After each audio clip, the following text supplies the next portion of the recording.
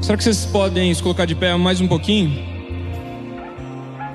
Só mais um pouquinho, eu prometo.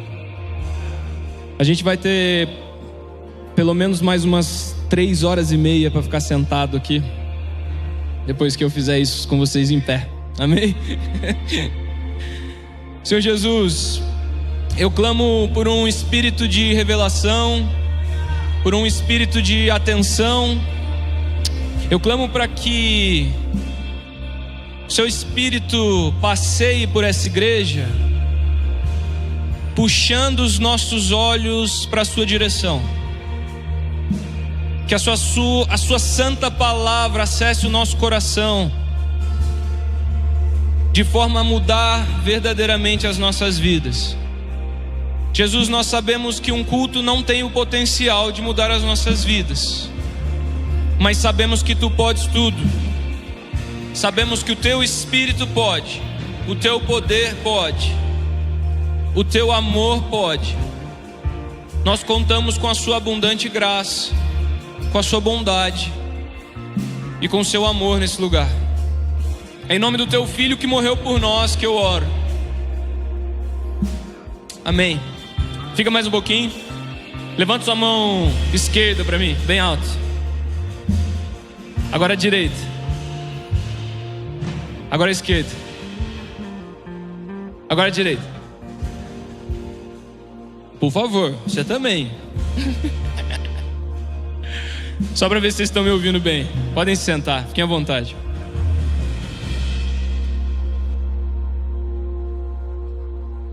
Meus amigos, eu estou muito feliz de estar com vocês aqui hoje. Mas talvez numa medida maior do que a alegria, eu estou tenso e preocupado. Parece uma coisa talvez simples quando alguém olha de onde vocês estão, mas existe uma responsabilidade muito grande que envolve fazer isso aqui. Então isso gera um temor muito bom na gente, algo que nos mantém no lugar. A felicidade não consegue cobrir essa preocupação, mas existe felicidade também. Queria falar com vocês hoje sobre um assunto que nós como cristãos precisamos ter em nossa mente em todo momento. Colossenses no capítulo 3, no verso 5, se vocês quiserem deixar Colossenses aberto aí, só para que vocês tenham acesso fácil, a gente vai falar muito sobre esse livro hoje. Mas no verso 5 especificamente está escrito: portanto, façam morrer. Repita só isso comigo, por favor. Façam morrer. Façam morrer, um pouco mais forte. Muito bom, eu queria que vocês ficassem com isso na cabeça de vocês. O façam morrer. Existe aqui um pedido, um direcionamento de façam morrer. Se alguém pede para que você faça algo, se alguém pede para que você efetue alguma coisa, essa pessoa, esse alguém que está te pedindo, está esperando uma ação de você. Então quando a minha esposa Michele vem e fala assim: faça o almoço, ela está esperando que o almoço seja feito. Faça as crianças dormirem, ela está esperando que eu vá lá, me movimente e faça com que as crianças durmam. Então, o façam morrer eu queria que ficasse guardado com vocês, mas vou continuar. Façam morrer tudo que pertence à natureza terrena de vocês: imoralidade sexual, impureza, paixão, desejos maus e a cobiça, que é a idolatria. Isso está escrito em Colossenses 3, no capítulo 5. Inclusive a palavra aqui para o morrer é necrosar. Realmente tornar morto, mortificar, causar a morte. Tá certo? Eu queria dizer para vocês rapidamente como eu cheguei aqui. Em 2019 a gente foi a um evento. Eu tinha acabado de me converter. 2019 foi o ano que eu me batizei.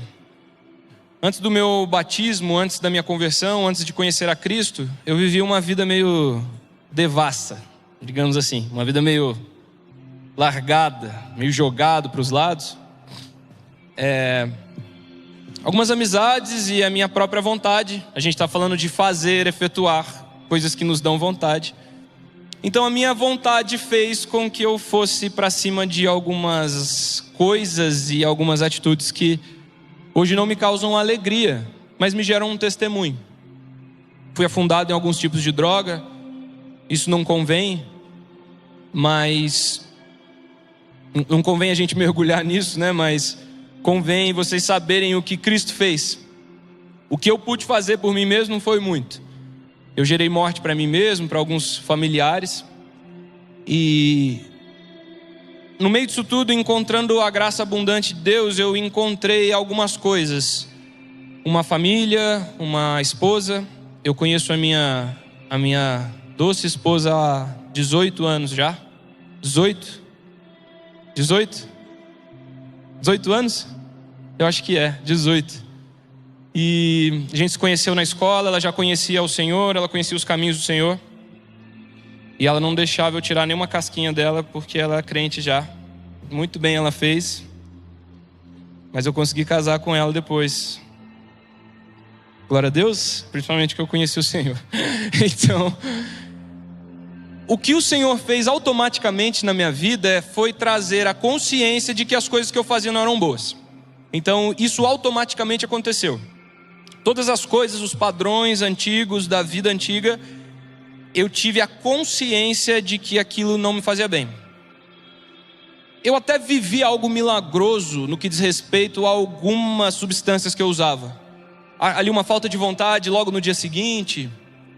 Mas nesse processo, nessa caminhada, foi necessário que, assim como o texto diz, façam morrer, foi necessário que eu fizesse morrer algumas coisas.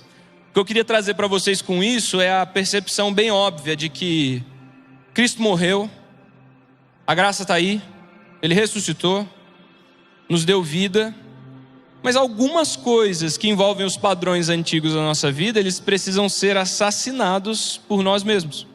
Muitas coisas, um milagre pode acontecer, isso é muito individual, mas muitas coisas nós precisaremos caminhar de forma muito intencional para abandonar. E eu sei que vocês sabem do que eu estou falando. Eu acredito que cada um de vocês passe por algum tipo de mazela, e quando conheceu ao Senhor, vocês devem ter passado alguma coisa, e vocês ainda passam, né? Engana-se quem pensa que a maturidade ou um pouco andar com Cristo faz com que talvez sejamos completamente santos, completamente purificados. Eu sei que vocês têm as dores de vocês, cada um de vocês aí tem algum problema que enfrenta, alguma dificuldade que é difícil de largar. E olhar para isso tudo, pensar em tudo que eu vivi, como eu cheguei aqui, em 2019, estava acontecendo um evento numa outra igreja, o Léo estava ministrando com o Influa Sounds, que não tinha ninguém desses cabeçudinhos que estava aqui agora. Não sei se vocês repararam uma mocinha que estava cantando aqui, a Giovana. Ela espichou, né, gente? A gente fala isso nos ensaios. Ela chegou aqui, ela tinha 9 anos. Ela era desse tamanho. E agora tá espichada, né? Tá uma moça já. Tá uma ministra de louvor. E cara, não tinha nenhuma dessa galera aqui. Era uma outra estação, um outro povo, uma outra turma. Eles estavam ministrando nessa outra igreja. Eu e a Michelle, a gente estava lá. Devia ter separado uma foto para vocês verem. Num último momento que a gente pregou aqui, ela falou que eu era hippie emo, né?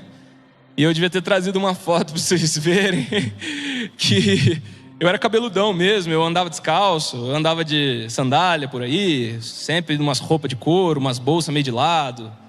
Se vocês me olhassem para a rua, vocês iam achar que eu acreditava em qualquer coisa, menos em Jesus Cristo de Nazaré.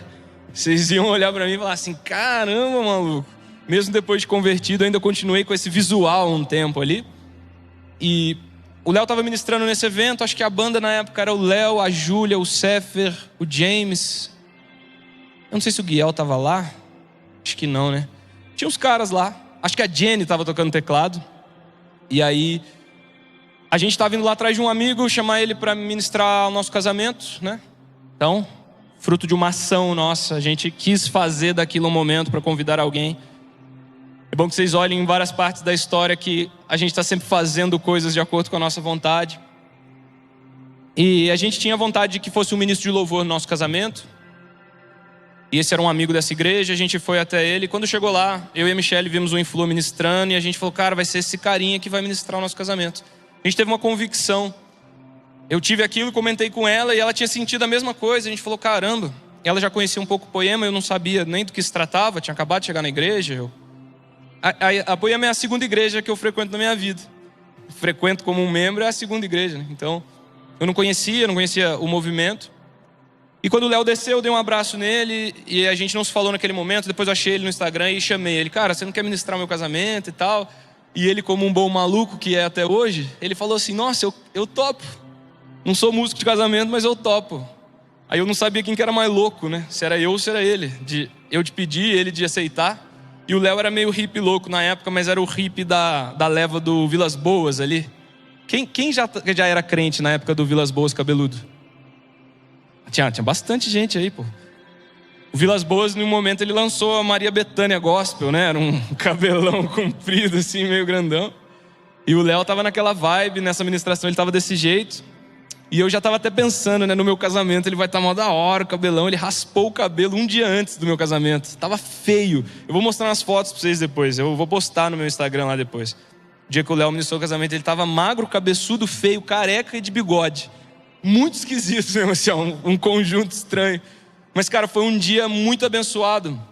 Ele ministrou uma canção específica, uma canção do Morada lá naquele dia, que é Os Meus Votos, e era uma canção que falava de casamento. Rolou uma cena muito bonita da Michelle prostrada no chão chorando, eu em cima, em pé chorando também, de bata e sandália, olhando para ela assim, chorando, e ele ministrando ao fundo essa canção. Então foi um momento muito importante pra gente.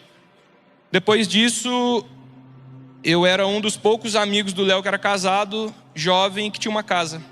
E aí, os rolês do Influ começaram a ser na minha casa. Esse maluquinho aqui, o Will, tava lá. Ele chegou a colar nos rolês. Outros caras daqui chegaram a colar nesses rolês. Porque eu e a Michelle, nós éramos só nós dois mesmo. E a gente tinha uma casa grande. A gente era de uma outra igreja, mas acabou se envolvendo com o Influ. A gente chegou aqui dessa forma, né? E por que eu tô contando isso pra vocês? Todas essas coisas que eu vivi, a maioria dessas coisas que eu vivi num ambiente de igreja, num ambiente de família espiritual, depois de conhecer a Cristo e o peso da consciência do pecado, o peso da consciência das coisas erradas que eu fazia, a partir disso eu comecei a ter algumas ações e atitudes para que eu fosse cada vez mais aproximado desse lugar que eu tinha acabado de encontrar. Então pensa que eu conheci Jesus, eu imaginava uma reta, uma régua, né? um espaço entre eu e ele ainda que existia, um peso do pecado ainda incomodando meu coração. Eu falava, cara, anteontem eu estava fazendo todas aquelas loucuras, baseado no meio de quebrada, toda aquela zoeira, bebedeira, e hoje eu sou crente, os amigos da época falando, pô, você é crente do nada. Então, mesmo tendo sido convertido pelo Espírito de Deus, eu olhava como um lugar um pouco distante ainda. Eu via que aquilo estava um pouco distante, eu precisava fazer e tomar atitudes que me aproximavam daquilo. Foi a época que eu mais me envolvi com um movimento de jovem cristão. A gente ia em algumas igrejas, ver o que eles estavam fazendo. A gente liderava jovens nessa outra igreja, depois de um tempo da conversão. A gente estava sempre se movimentando, porque nós queríamos aquilo. Assim como vocês se movimentaram para estar aqui hoje. Existe alguma ponta de vontade de vocês sobre estar aqui hoje. Vocês poderiam estar em qualquer outro lugar. À medida que a gente vai tomando essas atitudes, à medida que a gente vai tomando essas decisões, nós podemos tanto nos aproximar de quem Cristo é, da sua bondade, da sua santidade, como tomando decisões contrárias, nós podemos nos afastar. Vocês concordam com isso? Vocês estão comigo? Se eu ando para o caminho do mal, a tendência é que eu vá ficando cada vez pior. E se eu ando para o caminho do bem, eu vou ficando cada vez melhor. Só para a gente ter uma comparação direta, né? Então, nesse momento do começo da caminhada e da conversão, foi preciso que eu tomasse muitas atitudes, principalmente para me afastar das coisas que pareciam imoralidade sexual, impureza, paixão, desejos maus do meu próprio coração. O que a gente acaba não se ligando é que a graça ela é tão maravilhosa, ela é tão poderosa nos seus efeitos. Nós, depois de conhecermos a Cristo, nós temos a certeza de que fomos salvos. Parece que isso já não é uma pauta mais. E é preocupante como a gente já não percebe isso como uma pauta mais. Olhar para Cristo, olhar para o que Ele fez e se perceber salvo pode ser muito perigoso. Porque ainda assim, mesmo salvos, nós precisamos de algumas atitudes e ações que façam com que nós nos aproximemos de Cristo. Você que está aí namorando, começando a namorar, tem GC de casado para vocês, tem galera casada que está aqui no meio de vocês, então já te dou esse conselho. Começou a namorar com alguém, procura algum líder casado, alguma galera casada aí no meio, já vai pedindo uns toques, dicas de relacionamento. Mas quando você está nesse processo de conhecer alguém, quanto mais você faz coisas para agradar essa pessoa, mais você se aproxima dela em coração. E quanto mais coisas ruins você fizer, mais você vai se afastar dela. Eu preciso que isso fique muito bem claro na cabeça de vocês, tá? Mesmo que pareça um pouco repetitivo. Mas eu quero que vocês tenham isso na cabeça mesmo, firmado. O processo de santificação, ele é contínuo. Salvação, automático. Isso é um princípio para nós. Conhecemos a Cristo, reconhecemos Ele como Filho de Deus, o único suficiente Salvador, salvos. Legal, ganhou uma medalha, você está bem. Santificação envolve processo. Decisões envolve fazer morrer. Que é o que o apóstolo está dizendo aqui nesse livro. Uma das coisas que eu escolhi viver quando eu me converti era participar de alguns retiros, né? E lá na igreja de onde a gente veio, eu ainda naquele visual, né, de sandália e tudo mais, eu vivi talvez algum dos momentos mais bacanas, cara. Eu tive minha primeira visão num desses retiros. E ter essa visão foi muito importante, foi muito marcante para minha caminhada. Uma primeira visão que eu tive foi meio maluca.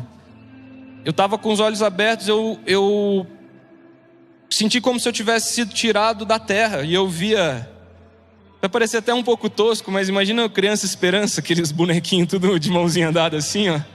Eu vi um super Criança Esperança em volta da terra e tinha um cara brilhando no meio. E aí, na hora que eu tive aquela visão, eu falei, uau, Jesus ligando todas as pessoas da terra. Uau, cosmos. A gente foi numa bola de neve esses dias e o pastor de lá, quando ele ia falar do universo, ele falava cosmos. Aí a Michelle falou, cara, vamos embora daqui, que se der mais 5 minutos, você vai querer ficar aqui com ele para sempre. E ele era um cara muito legal mesmo, um pastor muito bacana. E aí, quando eu vi o cosmos lá de cima e aquelas pessoas em volta, o Espírito começou a me falar, esse não sou eu, esse é você. Não tem nada de diferente em você, eu só preciso te mostrar que você agora faz parte de uma coisa. Então ele não queria dizer que era para eu me sentir diferente porque eu estava daquele jeito, mas ele estava me mostrando claramente com aquela visão de que agora eu fazia parte de um todo. Isso aconteceu num retiro espiritual. Eu puxei esse gancho para falar para vocês que o nosso retiro está chegando. Meu Deus do céu. Vocês estão realmente muito animados para o nosso retiro. E cara, parece um pitch barato, né? Mas realmente eu vivi coisas muito espirituais dentro de um retiro, mesmo sendo a minha primeira vez num lugar como aquele. Foi fruto de uma decisão e eu espero que vocês decidam por algo parecido. Não porque vocês precisam estar lá por conta de um evento. E não porque tem algo diferente lá que não tenha no seu quarto ou em lugares onde você pode buscar a presença de Deus. Mas a intenção do coração de se separar do mundo, se retirar num lugar e viver algo diferente no Senhor, de fato vai te entregar algo. E mesmo que não entregue, você vai ter alguns dias legais com seus amigos, sem seu celular, sem as coisas desse mundo. E falando em celular, eu tenho alguns números para falar com vocês muito legais aqui. Então, no meio de toda essa loucura, dessa vida meio de hippie louco, do cosmos e das coisas, momentos e ambientes espirituais aconteceram. E a princípio eles aconteceram porque eu me desloquei até algum lugar. Jaime, você vai no monte orar? Eu não vou. Nós não cremos que um lugar físico tenha algum tipo de potencial a mais. Mas cara, já aconteceram coisas muito loucas em montes quando a gente foi orar. Mas eu vejo que isso está ligado ao fazer, ao querer. Senhor, eu estou buscando algo diferente e novo no Senhor. Não vou no monte acender um incenso, ficar maluco. Claro que não, mas Senhor, eu estou me movimentando, saindo da minha casa, sacrificando um tempo para estar num lugar com pessoas orando sobre um propósito específico. E algo acontece naquele lugar. Então, tudo isso depende de algumas decisões que vocês podem tomar. Assim como sair para uma roda, para uma coisa que não seja tão legal, vai com certeza te aproximar de uma coisa ruim, né? Se sair de casa com a intenção de fazer o mal, vocês vão encontrar o mal. Então, voltando para cá e a gente, para conseguir continuar dentro de Colossenses 3, façam morrer tudo o que pertence à natureza terrena de vocês. Moralidade sexual, impureza, paixão, desejos maus e a cobiça, que é a idolatria. Eu acredito que não seja só eu que tive problemas com imoralidade sexual, impureza, paixão e desejos maus e cobiça aqui dentro dessa igreja nesse momento. A Bíblia está dizendo que todas essas coisas nos afastam de Deus. E o significado direto desse contexto do fazer morrer é matar, causar morte, eliminar completamente. Esse processo de eliminar completamente, ele envolve mais uma vez ação. A Bíblia ela não está falando aqui sobre reprimir, cara. Isso tem que ficar muito marcado também. A Bíblia nesse momento, quando está dizendo façam morrer, ela não está falando assim, ignorem, deixa passar. Ah, tá passando uma menininha ali, dei aquela olhada, pensei aquela besteirinha, reprimir, deixa passar. Ah, tô vendo aquele rapazinho, nossa, coisinha, não sei o que lá. Ai, agora eu reprimi, deixa passar. Ai, que gostosinho que seria, não sei o que lá. Deixa passar. Não é isso, cara. A Bíblia não está falando sobre ignorar, a Bíblia não está falando sobre tratar isso como uma coisa simples. A Bíblia está falando assim, cara, sabe esse sentimento? Sabe essa vontade de fazer bobeira que você está aí? Você precisa matar. Você precisa matar, velho. Não sei se vocês já tiveram a necessidade de matar algum animal, alguma coisa assim. É uma coisa exagerada, agressiva. Vocês nunca tiveram essa necessidade, gente? Vocês não fazem sacrifício na casa de vocês? Não faz mais isso? Em casa a gente faz churrasco.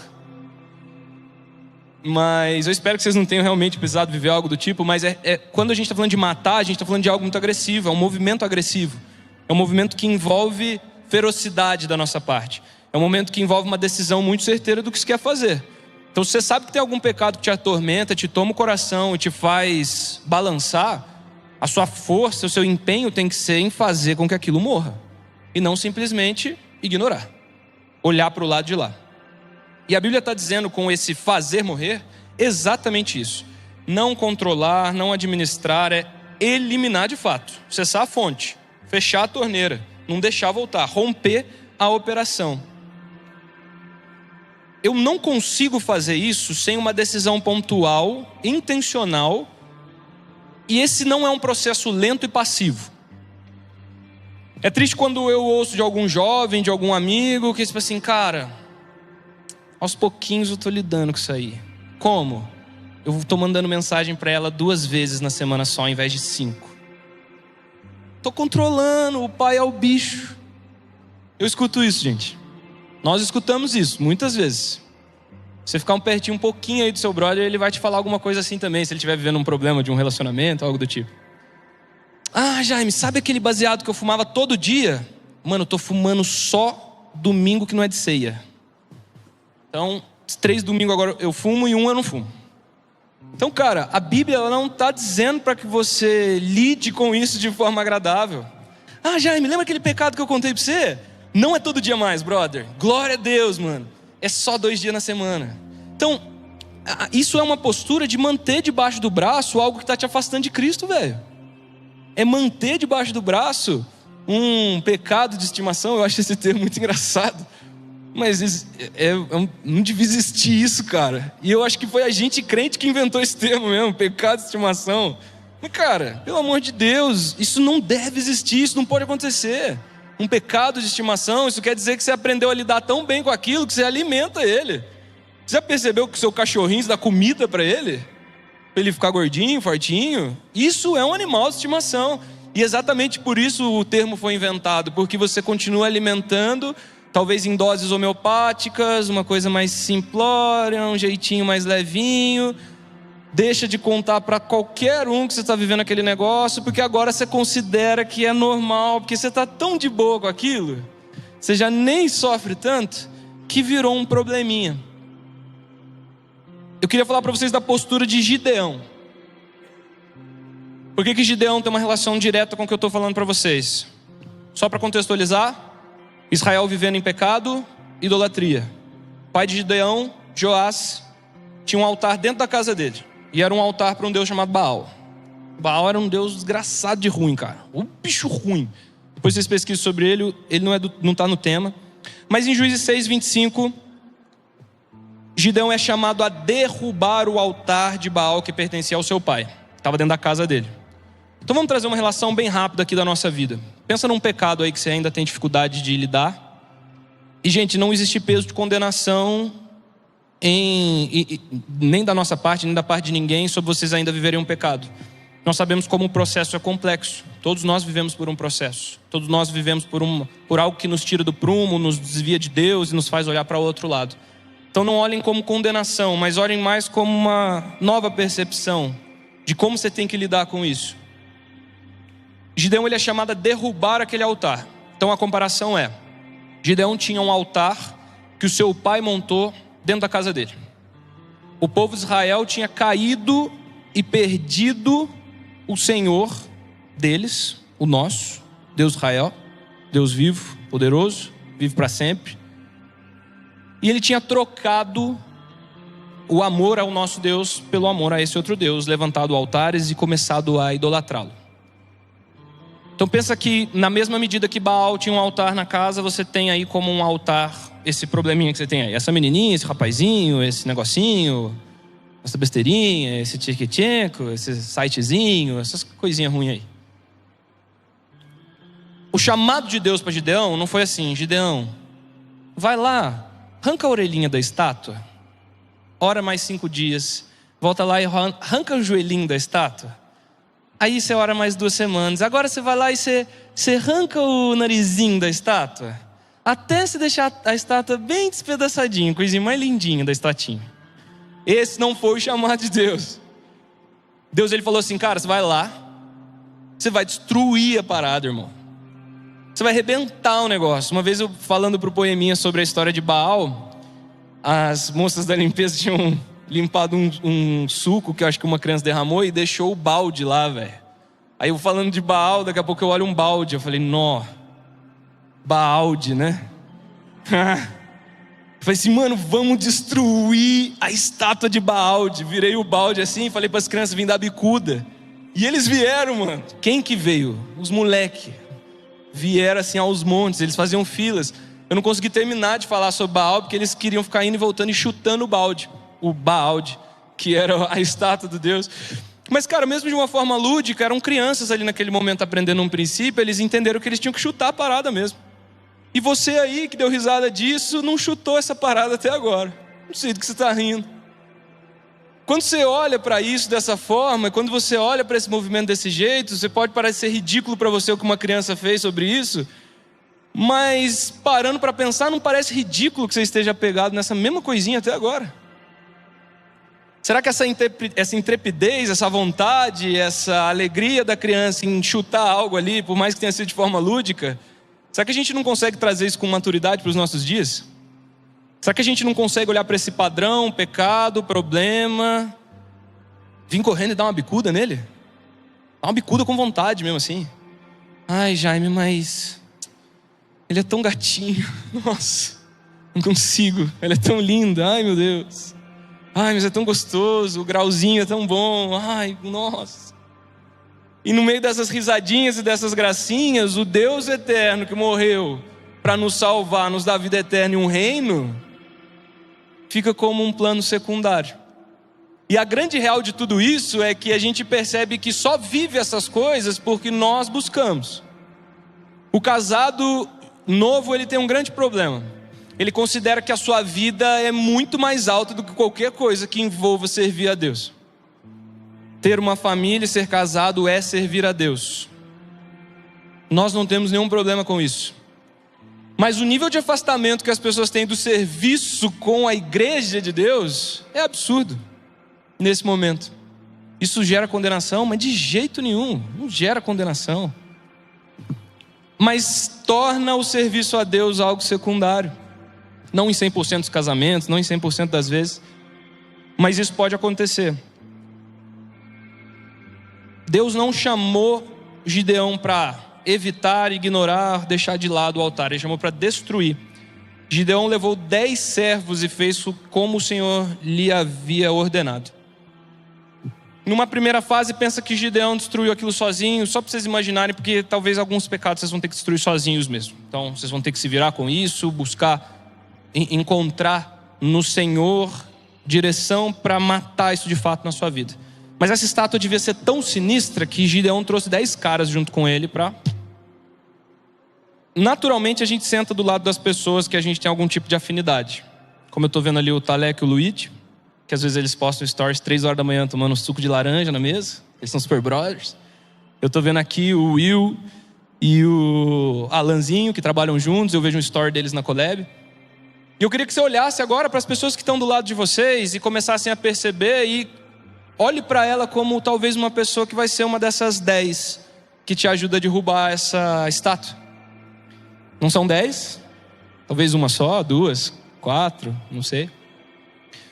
Mas conte com amigos, cara. Conte com um povo, uma turma saudável para te fazer lidar com esse problema melhor, para te fazer chutar esse problema.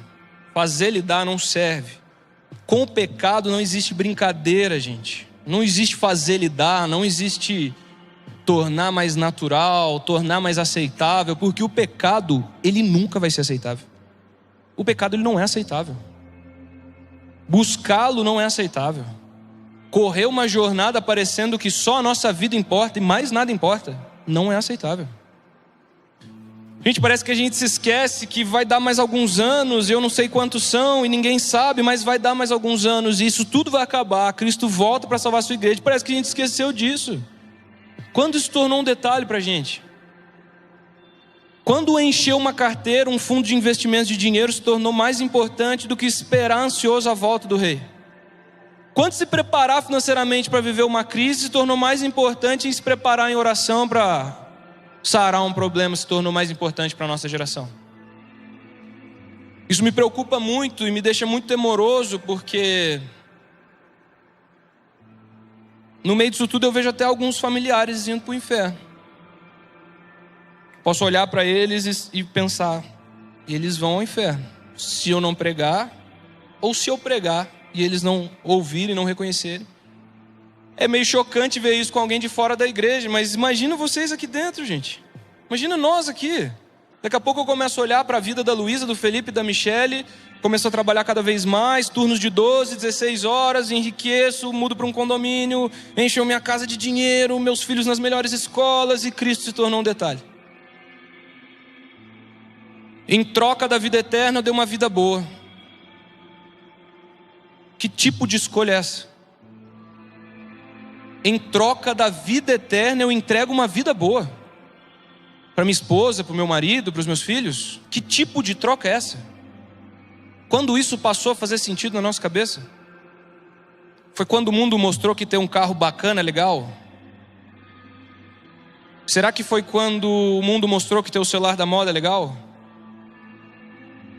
Será que esse mesmo mundo que acha mais legal ter coisas esqueceu que aqueles antigos na fé que tanto amavam o que estavam vivendo com o Senhor, até mesmo antes de conhecer Jesus, não se importavam com seus carros, com seus cavalos? Será que nós deixamos de olhar para o apóstolo Paulo dizendo, eu vivo no muito, eu vivo no pouco, nada disso me interessa, eu estou me lixando para isso aí se eu tiver a Cristo? Quando que essa intrepidez saiu da gente? Ou uma pergunta ainda mais difícil, será que ela habitou o nosso coração em algum momento? Será que a gente se tornou algum evento legal em algum momento e ficou super bacana vir aqui e a gente está achando super legal e cada vez mais legal e é bonito, a música é boa, o Bruninho faz uns riffs muito bom e faz mesmo, o Marvado toca bem, cara, e a gente está achando isso mais legal? Quando será que isso aconteceu? O pecado ele não morre sozinho, ele pede intenção e decisão. Nós não podemos aguardar enquanto ele morre, não há tempo mais para aguardar enquanto o pecado morre, isso não existe. Jaime, esses pensamentos maus que eu tenho para com outras mulheres, eu sei que quando eu crescer um pouco mais e me casar, eles vão cessar. Jaime, esses pensamentos que eu tenho por rapazes, que eu sinto muito, muito forte, quando eu for um pouco mais maduro e encontrar o meu grande príncipe, eles vão cessar. Isso é uma resposta passiva de alguém que aceitou o pecado e está andando do lado dele como se ele fosse um amigo. Meu pecado, vem aqui, vamos junto até eu conseguir lidar com você. Vem cá, vem aqui. Aí tá aquele negócio fedorento, cheirando a lixo do seu lado, podre, esquisito. O Brisa falou uma vez, numa pregação aqui, isso marcou muito a gente, eu e a Michelle, a gente estava vivendo uma fase muito difícil, muito complicada, muitas brigas, muitos problemas, financeiramente muito mal. E a gente às vezes escondia, na maioria das vezes escondia muito das pessoas que a gente estava vivendo. E a pregação do Brisa era sobre guardar o lixo dentro da casa. Vocês já devem ter passado por isso em algum momento. Tipo, o dia do lixo é terça e quinta, e você não acordou rápido o suficiente para pôr o lixo para fora. E aí tem aquele cantinho da casa que geralmente a gente deixa o lixo. Quem mora em AP não vive isso aí, mas quem vive em casa, eu morei a minha vida inteira em casas, eu sei o que é passar por isso. Aí você perdeu a passagem do caminhão de lixo, aí você deixa o lixo lá naquele cantinho. Aí na quinta-feira você esquece de novo, põe mais um pouquinho de saco de lixo. Daqui a pouco aquilo tá uma nojeira de mosca, de porcaria, papel de banheiro e tudo, comida misturada, aquela coisa horrível. E o Brisa falou isso para trazer a analogia de que quando a gente guarda os pecados, os problemas para dentro e não põe para fora, a casa fica fedendo para dentro. Só que vocês passarem lá na frente da minha casa sabendo que essa condição está lá dentro, só comigo sabendo que essa condição está lá dentro, vocês vão achar minha casa super legal. Vocês vão passar na frente e falar assim: nossa, que casinha ajeitadinha do Jaime. Olha, murinho azulzinho, bonitinho, portãozinho preto, olha que coisinha mais linda, telhadinho, tudo legal. E aí no portão de trás tem um lixo fedendo, estranho. A decisão que eu tomo a partir disso é: eu pego o lixo, põe para fora. A decisão que eu tomo com o pecado é: eu pego ele, faço morrer, põe para fora. E o Brisa comentou com isso para dizer, né? Às vezes alguém passa por algum problema como esse, um problema sério no casamento, na vida solteiro, em qualquer lugar. E ela vai escondendo. Diferente de Gideão, que chamou 10 servos do Senhor para destruir aquele altar, aquela estátua. A gente não chama ninguém, esconde todo mundo e deixa aquele pecado crescer, tomar forma, tamanho. Dá até nome para ele, aí ele vira de estimação. Gerald, vem aqui, Gerald, meu pecadão. E a gente caminha por aí com ele como se isso fosse muito normal. Isso é muito estranho, gente. Não tem por que mais a gente esperar. Quando a gente fala de pecado, e principalmente desses pecados que a Bíblia cita, imoralidade sexual, desejos do mundo, idolatria e tudo mais, geralmente eles são gerados em nós pelo próprio mundo. Eu estou correndo, quem me segue no Instagram já viu que eu gosto de correr. Aí a minha parada agora é correr. E aí toda hora no meu Instagram aparece um tênis mais louco que o outro para comprar. Aí aquela jovem senhora que segura um bebê lá no fundo da igreja, ela fala assim: você não vai comprar outro tênis? Aí eu falo assim: eu vou. Não, você não vai. Não, eu vou correr uma corrida mó longa lá, preciso ter 2 tênis para corrida. Você começa a inventar motivos para ter as coisas que você quer e atingir seus objetivos, sem olhar para mais nada. E sabe o que faz? Uma das coisas que fazem com que esses desejos sejam amplificados no nosso coração é o próprio comportamento do mundo. O mundo antes, ele tentava te distrair. Na palavra de Deus, você tem Paulo dizendo a Timóteo que um dos deles os abandonou por conta daquele presente século, amou as coisas daquele presente século. E o que tinha naquele presente século eram cavalos, botijas de azeite, vinho. Não tinha mais do que isso. Tinha iPhones, Ferraris. Depois tinha um cavalo muito louco que parecia uma Ferrari, mas não tinha isso. Então o apóstolo Paulo está dizendo: cara, lá naquele antigo mundo, então o mundo já fazia coisas para nos distrair. Vocês concordam comigo? Vocês concordam comigo?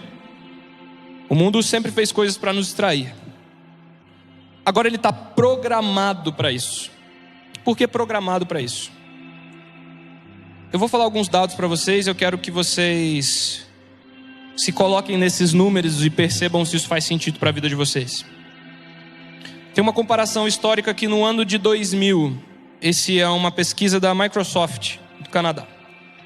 No ano de 2000, a gente tinha pessoas tendo atenção de 12 segundos, atenção plena em alguma coisa.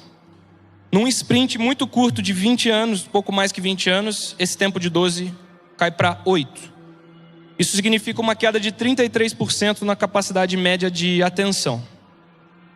Então eu estou falando do início da internet, 2000, e falando para agora, a era das redes sociais, vídeos curtos. Tem um segundo dado da Universidade da Califórnia, especificamente Irvine é o nome da faculdade. Em 2004, a média de foco em uma tela era de 2,5 minutos. 2012 para frente, essa média já tinha caído para 75 segundos. Então a gente sai de 60, 120, 180 segundos conseguindo focar de fato em alguma coisa para 75 segundos. É uma redução de quase 50%. Frequência de interrupções. Hoje as pessoas checam em média os seus dispositivos a cada 47 segundos. Eu quero que você levante a mão, você que ainda não mexeu no seu celular nesse tempo todo que você está aqui. Tem um brother comigo lá. 2. É quase impossível, e eu nem estou cobrando que vocês não façam isso. Talvez vocês estejam anotando e fazendo qualquer outra coisa. Mas são só dados para constatar o quanto a nossa vida é feita de ciclos curtos de atenção fragmentada. Vou trazer um último dado aqui para você, tem vários outros. Se você quiser essa pesquisa, você me chama lá, eu te mando também. Então a gente tem uma geração passada com um foco maior e uma geração atual com um foco menor. A gente tem um tempo de foco na geração passada de longos minutos e a gente tem um foco de segundos nessa. A gente tem estímulos limitados na geração passada, ninguém ficava te forçando a se alimentar de conteúdo, informação a todo momento. E agora a gente tem estímulo de comprar conteúdo excessivo. A multitarefa lá atrás era baixa, se o cara tinha que fazer aquilo, ele fazia aquilo, e a multitarefa hoje é alta. Você tá, no mesmo tempo que você está no seu Instagram, você está falando com 3 pessoas no WhatsApp, você está no... Nossa, eu ia falar Snapchat, isso nem existe mais, né? Mas na verdade eu queria falar TikTok. Você está no TikTok, você está consumindo conteúdos em 6 aplicativos diferentes no seu celular. O consumo de mídia, ele era em média de 3 horas, e agora o consumo é de 9. Depois olha o seu tempo de uso do celular aí e me confirma se isso é verdade. O que a gente tem como resultado disso é um controle mental muito mais forte naquela geração passada e um controle mental muito menos forte agora. Eu só estou comentando isso para constatar que antes o mundo ele tentava te distrair, hoje ele está programado para isso. O que você se alimenta no meio desses conteúdos geralmente não te aproxima de Deus. Geralmente ele te afasta. Eu acredito que vocês não teriam coragem de levantar a mão para mim confirmando que vocês não viram nenhuma besteira no celular de vocês ainda essa semana. Ou algo que tem estimulado você a pensar numa besteira. Vocês acham normal não conseguir ficar 5 minutos lendo a Bíblia de vocês?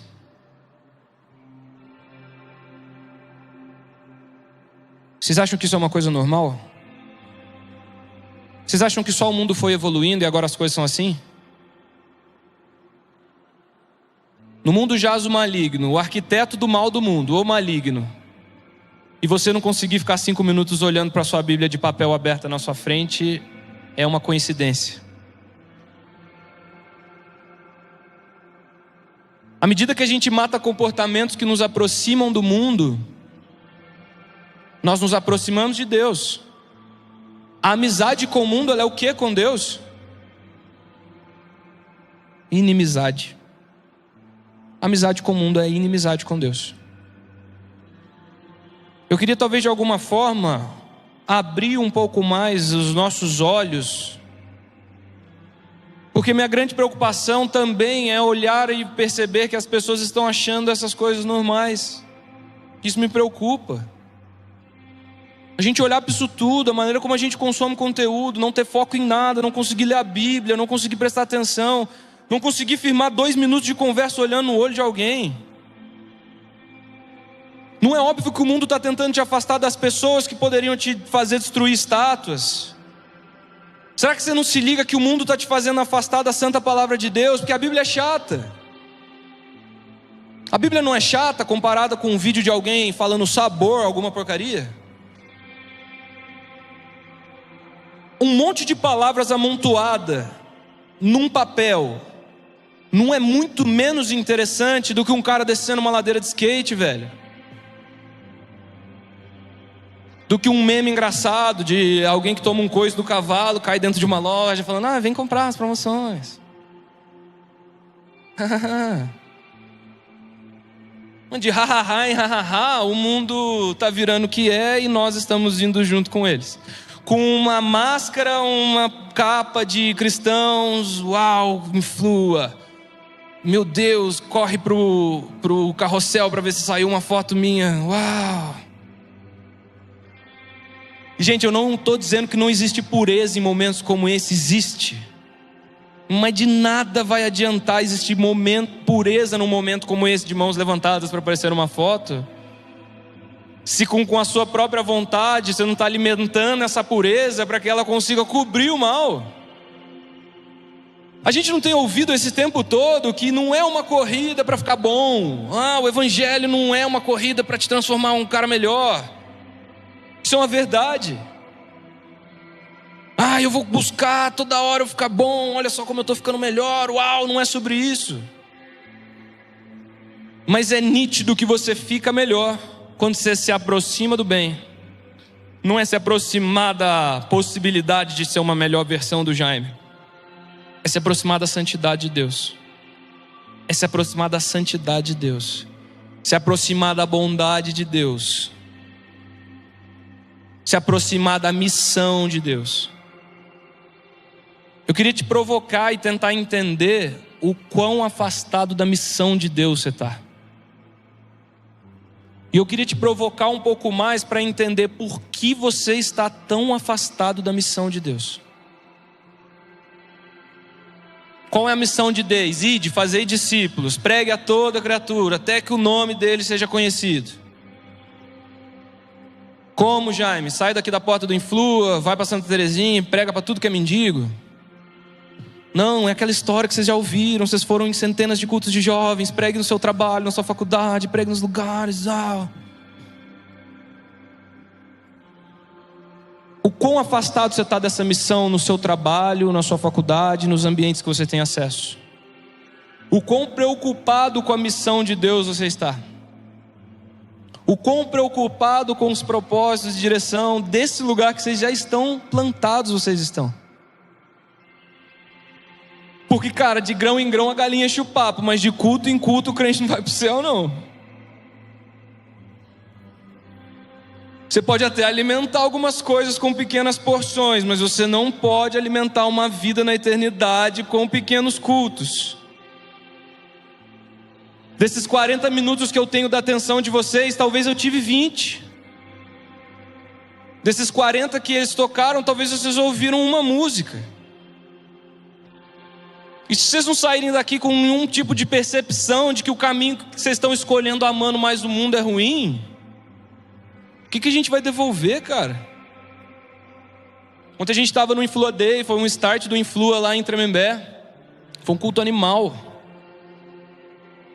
E eu falei um pouco sobre isso lá e sobre como me incomodava olhar para o sacrifício de Deus, Deus lá na dele, no seu santo trono.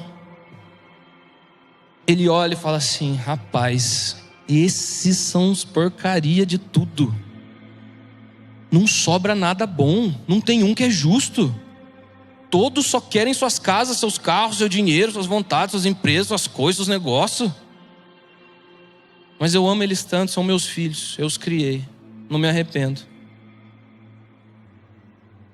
Sabe o que eu vou fazer? Eu vou descer lá. Eu vou descer lá e eu vou abrir os braços para esse pessoal. Eu vou descer lá e eu vou ficar de braços abertos, pregado numa cruz, esperando que eles venham me abraçar. Como um grande símbolo e com um grande feito de salvar a alma deles, eu vou lá e vou estender meus braços. Para que agora a gente devolva para ele os passos da nossa própria vontade. Me entristece muito falar sobre isso. Enche minha alma de tristeza. Por mais que seja uma pregação do Evangelho, porque o Evangelho ainda é: arrependam-se, é chegado o tempo do Senhor. Mas me enche de tristeza porque desses padrões que eu comento com vocês, eu vivo alguns. Desses problemas eu compartilho muitos. E um desespero me toma sabendo que algumas decisões minhas podem me tirar do reino do eterno amor de Deus. Por mais que seja uma mensagem chata de ouvir, eu saí de casa sábado à noite, podia ter dado um rolê legal, comido um lanche bacana, e eu fui lá ouvir esse cara falando que eu vou para o inferno se eu não escolher a Deus. Mas isso nasce de um lugar de amor e não nasce de um lugar de ódio. Isso não nasce de um lugar de raiva. Estou com raiva dessa geração porque eles estão assim. Estou com raiva de mim mesmo porque eu sou um idiota. Mas nasce num lugar de um verdadeiro desespero. Outra coisa que eu falei ontem lá, se cada um de nós aqui dermos a mão para mais 5, quantos seríamos dentro desse lugar? Se lá do seu trampo, a partir da sua conduta e do seu modo de viver, os seus amigos olhem para você e falem assim: tem algo diferente nesse Adrian, tem algo diferente nesse Diogo. Quantos seríamos aqui dentro desse lugar? Não para encher uma igreja, mas para que todos se lembrem, culto após culto, reunião após reunião, GC após GC, qual é a missão de Deus? O que nós estamos aqui para fazer? Discípulos. O que nós estamos aqui procurando? Homens fiéis, que nós possamos compartilhar as coisas, para que esses outros homens fiéis compartilhem com outros homens fiéis, e a mensagem se perpetue. E onde estão os homens fiéis? Nós temos trocado a fidelidade e a boa conduta pelas nossas vontades, e às vezes até por algumas prostitutas. Nós temos nos prostituído, vendido a nossa atenção para redes sociais, consumo barato de porcaria. Um tempo precioso que fez com que um Deus abrisse os braços e fosse pregado no madeiro. Em nome de Jesus, eu oro para que um peso de consciência tome o nosso coração. Eu conheço a guerra diária de vocês porque eu batalho ela. Cada um dos que você olhar está vivendo uma guerra. É por isso que eu digo que isso não nasce num lugar de ódio e de raiva. Isso nasce de um lugar de desespero. Porque se vocês olharem cada um para o lado, vocês vão perceber pessoas que precisam da graça de Deus e que vivem guerras diárias, problemas que não conseguem lidar, pecados, problemas com as famílias, com os pais, com os parentes, com as casas. E todas essas pessoas, todos nós carecemos da graça de Deus. À medida que a gente começa a trazer essa clareza, essa revelação para quem está do nosso lado, nós não nos afastamos mais de Deus, nós nos aproximamos dele. Cara, é muito louco pensar em tudo que Deus tem feito com a nossa vida. E eu acabei de ver o meu filho vindo correndo naquele corredor ali. Ele está louco para subir aqui porque ele quer ficar comigo. E quando que a gente fez isso pelo nosso Senhor? Qual foi a última vez que você viu um corredor de bondade, de graça, misericórdia, lembrou do sacrifício de Deus e foi correndo lá para subir atrás do seu pai? Em todas as coisas o Senhor tem nos mostrado que Ele deseja proximidade, Ele quer falar com a gente, cara.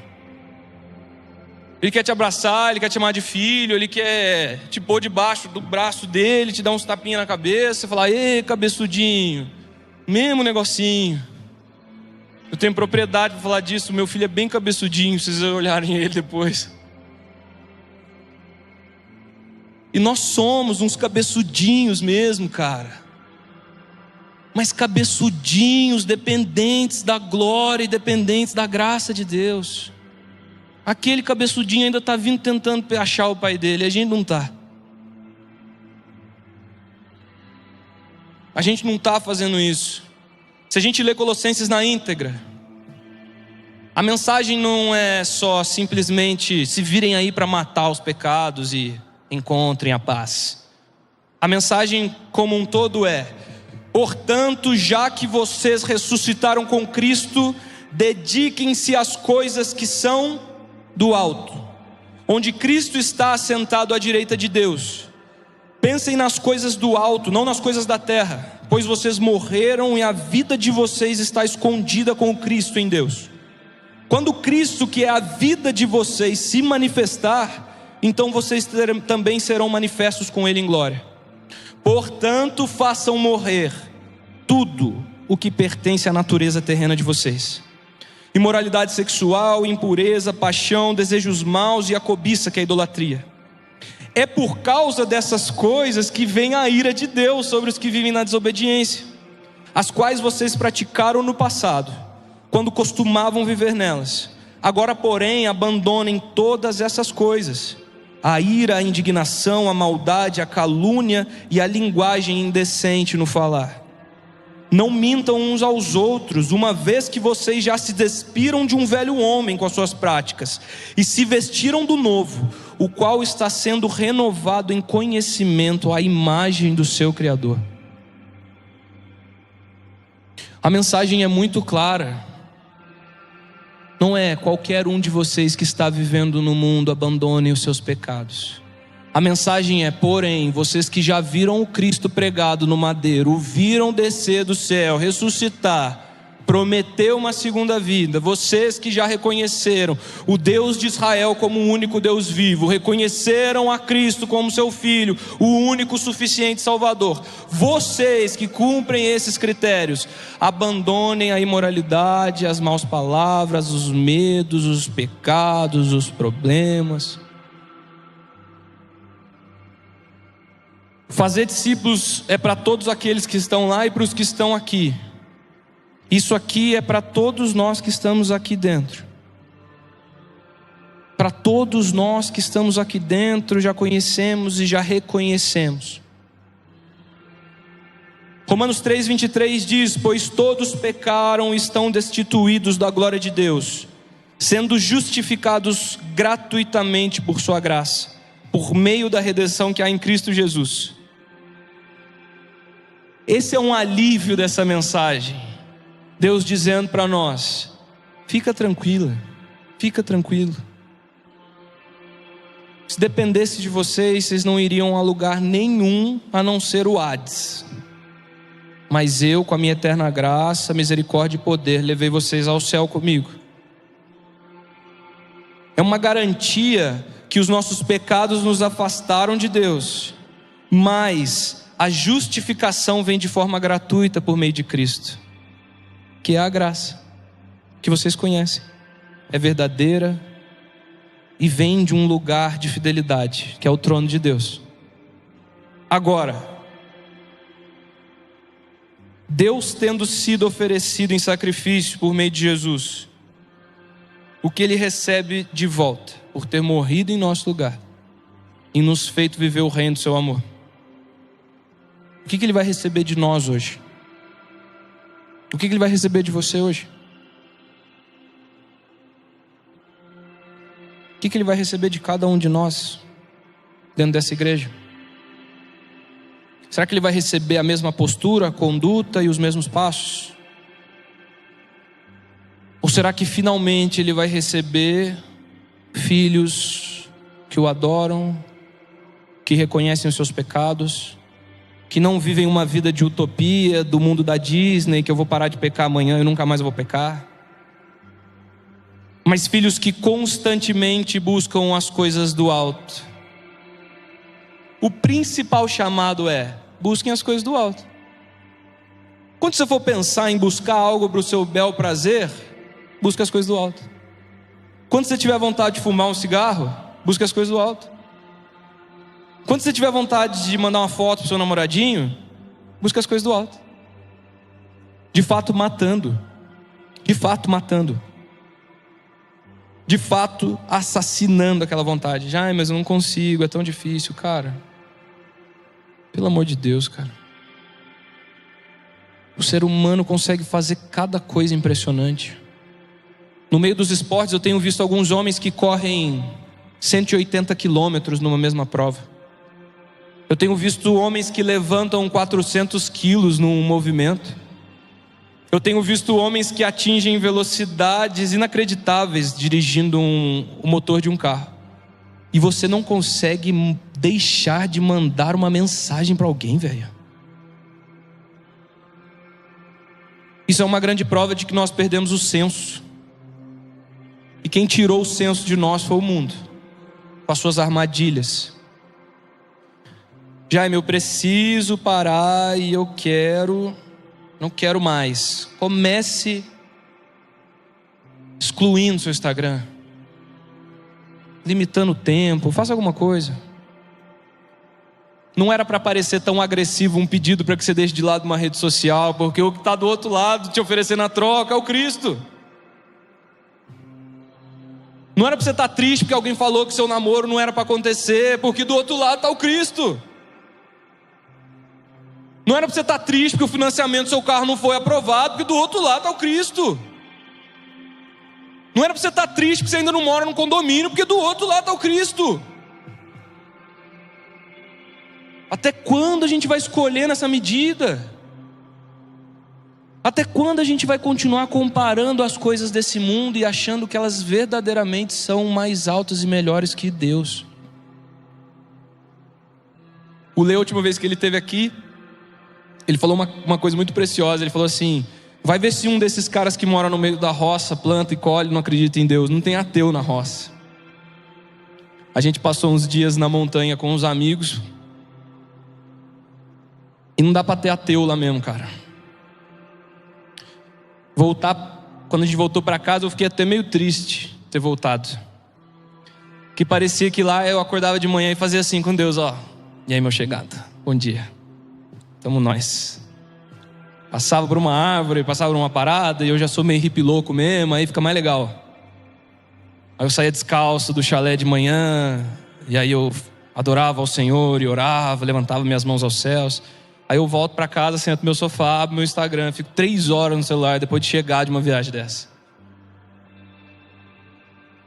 Tudo que tinha me sido lembrado e colocado de novo da grandeza, da criação, do poder de Deus, de que eu não podia trocá-lo por nada, que Ele era meu tudo, era tudo que eu tinha que ter, era tudo que eu precisava, eu já não precisava das posses, dos carros, eu podia ficar naquela casa lá, fazer um GC lá em cima, chamar uns caras lá, eu podia fazer qualquer coisa para sempre lá.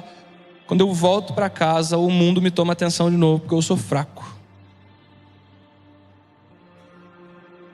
Para a gente finalizar, Cristo é o nosso tesouro. Nós temos esperado por Ele, Ele traz vida e abundância, Ele supera esse mundo e nos leva para o reino do seu eterno amor. Se a gente não perceber de uma vez por todas hoje, que a gente está trocando a vida eterna com Deus pela vontade de ter uma empresa, um equipamento melhor, uma coisa mais legal, a gente vai morrer e não vai ter a outra vida para nós. Vai ser só essa aqui mesmo. Vamos voltar para o pó só. Se nós não percebermos a tempo que todas as coisas desse mundo, quando são geradas pela vaidade, pelas vontades do nosso próprio coração, não levam a nada, a gente vai ficar para trás. Eu vi um meme hoje muito bom. O cara, ele falava: meu irmão, lute pela sua vida como se fosse o terceiro macaco que está indo para a arca de Noé, e isso é 2 machos, você é um deles. Tem 3 subindo na rampa. Então lute pela sua vida como isso, assim, dessa forma. Tava brincando que só entra um casal e aquele macaco teria que brigar pela vida dele, para ser o macho ali do casal. E cara, vamos brigar por isso. Jaime, eu tenho que brigar por um presente que Deus me deu, a graça, Ele já me salvou. É claro que você tem que brigar por isso, cara. Poxa, tem um homem lá atrás que ele viu o prêmio no meio de uma terra, ele comprou a terra. Deve ter feito uma cerca de 1 quilômetro do tesouro até o negócio. Ninguém entra aqui. Isso aqui é meu, velho. Eu não quero nem o tesouro, eu quero a terra inteira, para eu cercar assim, ó, e ficar com tudo. Qual foi a última vez que você olhou com tanta vontade? Qual foi a última vez que você olhou com tanto apreço por esse pote? Por esse pote, esse prêmio, esse tesouro? Tiago no capítulo 1 diz: as pessoas são tentadas quando são atraídas e enganadas pelos seus próprios maus desejos. Ainda em Tiago, nós temos: de onde vêm as lutas e as brigas entre vocês? Elas vêm dos maus desejos que estão sempre lutando dentro de vocês. Vocês querem muitas coisas. E vocês não querem muitas coisas? Vocês querem muitas coisas, mas como não podem tê-las, estão prontos até para matar a fim de consegui-las. Vocês as desejam ardentemente, mas como não conseguem possuí-las, brigam e lutam. não conseguem o que querem porque não pedem a Deus, e quando pedem, não recebem porque os seus motivos são maus. Vocês pedem coisas a fim de usá-las para os seus próprios prazeres. A palavra de Deus deixou claro com mais esse ponto. A gente só está sofrendo tanto que a gente está querendo muito o que a gente não precisaria ter. E a gente está tendo pouco do que a gente precisava ter desespero para ter. Nossa, confusão, né? Eu estou querendo mais um carro do que ir ao céu com Jesus. Eu estou trocando minhas horas livres por um entretenimento barato, e elas poderiam ser de Jesus.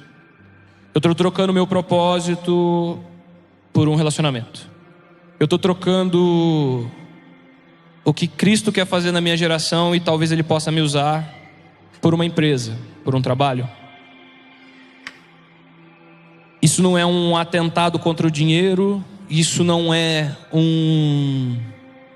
uma pregação contra ter coisas, mas é uma pregação contra Cristo ainda não ter o seu coração, porque Ele está cheio de coisas. Cristo ainda não ter o nosso coração só porque Ele está cheio de coisas, é algo que deveríamos nos preocupar. Será que vocês podem se colocar de pé? Eu queria orar por vocês nesse momento.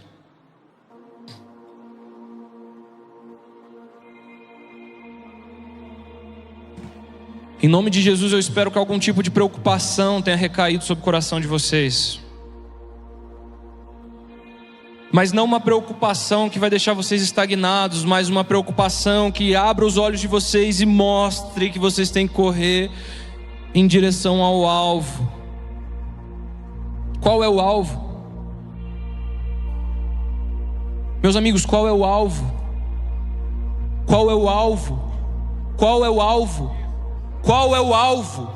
Qual é o alvo?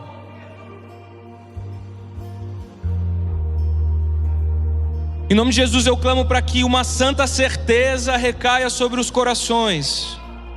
Uma santa certeza de que Cristo ainda é o centro. Cristo ainda é o alvo. Uma santa certeza de que esse mundo vai passar, e junto dele as coisas desse mundo irão. Os carros, as posses, as casas, todas essas coisas passarão. Outras coisas ruins também passarão, tristeza, desespero, dor, essas coisas passarão. Mas passarão para aqueles que estão aliançados e de mãos dadas com o Rei da Glória. Aqueles que reconhecem que o amor de Deus supera qualquer problema que vocês tenham vivido. Aqueles que reconhecem que a graça de Deus, aqueles que reconhecem que a graça de Deus ainda é real. Aqueles que reconhecem que Deus ainda é fiel.